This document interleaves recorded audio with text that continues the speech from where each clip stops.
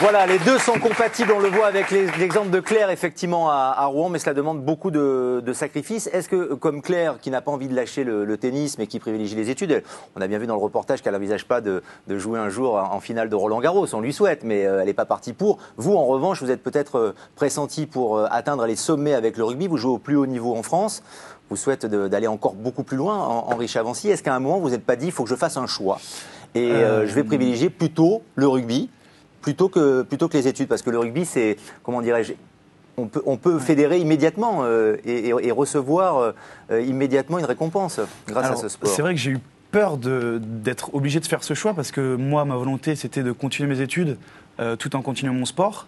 Je voulais arrêter ni l'un ni l'autre. Or, c'est vrai que c'est très difficile, ça peut être difficile de concilier les deux. Et c'est pour ça que j'ai eu la chance de trouver le pôle universitaire Léonard de Vinci, qui m'a permis d'avoir des horaires aménagés et ainsi de continuer les deux. C'est vrai que ça peut être difficile. Et moi, c'est vrai que je me suis demandé, est-ce que je vais pouvoir continuer les deux, les cours et le rugby? C'est une question que je me suis posée. À un moment, les sirènes du rugby, qui est de plus en plus médiatisé, l'argent, on ne peut pas dire que c'est le sport le plus argenté, mais enfin, ça commence à être professionnalisé. Est-ce qu'à un moment, vous n'allez pas vous dire, bon, bah, peut-être que j'arrête mon cursus, parce qu'à un moment, il va vous dire, Berbizier, si vous n'êtes pas loin de la demi-finale, on vous le souhaite, c'est pas le cas pour l'instant, mais si vous n'êtes pas loin de la demi-finale ou de la finale du top 14, il va dire, attends, non, il faut peut-être que tu sois dans le groupe pour les mises au vert. Donc il y a des choix à faire. D'où l'importance aussi d'avoir un cursus universitaire où les personnes sont compréhensives aussi. Je disais tout à l'heure que les entraîneurs étaient très compréhensifs. Je crois qu'Anthony, ici présent, nous facilite aussi beaucoup les choses. C'est vrai que quand on a besoin de louper des cours ou d'être absent même une semaine, c'est vrai qu'ils font tout pour que ça se passe bien. Ils ont la possibilité de nous envoyer les cours par Internet. On peut rattraper aussi les cours à l'aide de nos camarades. Donc c'est vrai que c'est aussi très pratique. Nicolas Ancelin. Oui, dans le groupe du Racing, il y a plus de 30 joueurs, donc professionnels, tous sous contrat. Est-ce qu'il y a d'autres exemples comme toi qui suivent soit des études, soit qui ont peut-être un métier encore à côté? Ça existe? Non, alors c'est vrai que dans le groupe professionnel du Racing Métro, moi je suis le seul qui continue mes études. Après, c'est vrai que je suis aussi plus jeune. Pardon, je fais une aparté, ce qui n'était pas le cas il y a encore quelques années. Les gens, soit ils n'étaient pas pro, ils travaillaient ou ils étaient étudiants. C'est le sport universitaire par excellence, le rugby. Donc là, ça tend à disparaître. C'est vrai qu'avec la professionnalisation du rugby, c'est vrai que c'est de plus en plus rare. Après, bon, je suis aussi le plus jeune dans l'effectif, donc c'est un peu normal aussi que les autres aient arrêté leur cursus. Mais je sais qu'il y a des joueurs qui ont commencé un cursus, qui l'ont mis entre parenthèses le temps de leur carrière sportive, et qui reprendront une fois leur carrière de rugbyman sera finie. Alors, les étudiants qui ne sont pas sportifs de haut niveau comme vous et qui ne font pas de sport en université, puisque aujourd'hui c'est autorisé, enfin en tout cas le sport n'est pas obligatoire, vous les avez rencontrés et du coup, qu'est-ce qu'ils vous répondent? Alors, sur un panel d'étudiants en cursus filière normale, on leur a simplement demandé si d'après eux, suivant des cours au quotidien, c'est possible de suivre une activité sportive et en l'occurrence au haut niveau, donc à voir. Est-ce que c'est complémentaire? Micro-trottoir, on y va, sur le campus.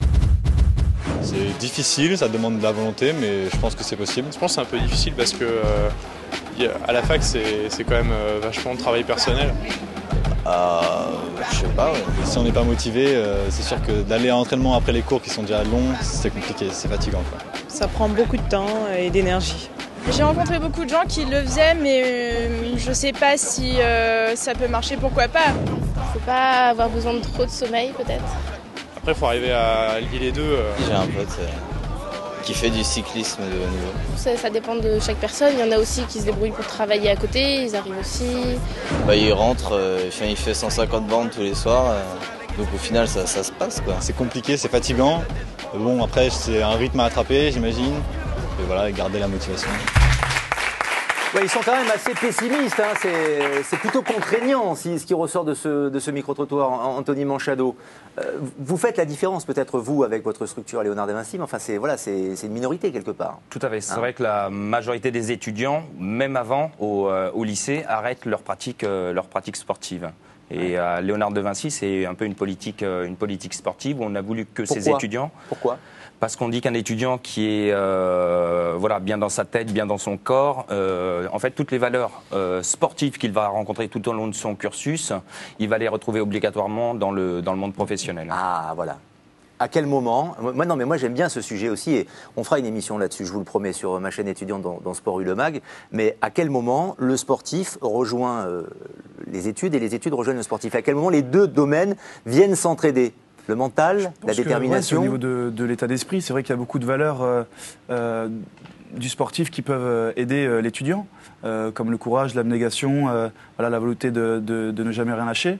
Donc voilà, après c'est vrai que c'est une exception au pôle universitaire Léonard de Vinci de rendre le sport obligatoire. Et je trouve ça très bien parce que voilà, ça permet aux étudiants de se libérer un peu, de se défouler entre guillemets, pour pouvoir aussi à côté travailler sereinement. Voilà. Est-ce que finalement ça ne fait pas partie d'un processus d'enseignement, Anthony Manchado, et on a l'impression que l'élève, l'étudiant, le diplômé sort plus armé à affronter la vie, même s'il n'est pas sportif de haut niveau, tout à fait, comme notre invité aujourd'hui. Oui. Hein ? C'est pour ça qu'on travaille aussi avec ou les clubs ou les fédérations, justement pour comprendre un petit peu leurs contraintes sportives et puis l'adapter sur le scolaire. Pour terminer, combien de sportifs de haut niveau vous avez dans votre structure ? 100 sportifs de haut niveau. Et quel est le sport qui ressort le plus souvent ? Il y a le rugby, le karaté. Là, on vient de signer en juin une convention de partenariat donc avec la Fédération française de judo. Voilà, donc du bouche à oreille, pas mal d'étudiants donc viennent poursuivre leur cursus en commerce marketing, puisqu'on les oriente sur du commerce marketing, donc à l'école de management Léonard de Vinci. Alors vous savez que dans cette émission est la vôtre et vous pouvez réagir par le biais de notre site internet mcetv.fr, bien évidemment. Vous pouvez nous appeler, nous envoyer des cartes postales, des messages de fumée, des SMS, ou venir sur le plateau de cette émission pour réagir et poser en direct votre question aux invités. C'est le cas donc d'une étudiante qui est là, que vous pouvez applaudir, mesdames et messieurs, et qui va s'adresser à nos invités. Présentez-vous, dites-nous d'où vous venez et le but de votre question. Bonjour, je m'appelle Anna, je suis étudiante en économie, donc je suis de Paris. J'ai une question pour Henri. Donc je pense que si vous avez continué les études, c'est que vous avez un rêve pour l'après-rugby. Est-ce que ce serait d'allier management du sport, de rester dans le domaine du sport à plus long terme ? Alors c'est vrai que c'est une possibilité. Moi personnellement, j'ai pas forcément envie, une fois ma carrière terminée, de rester dans le milieu du sportif.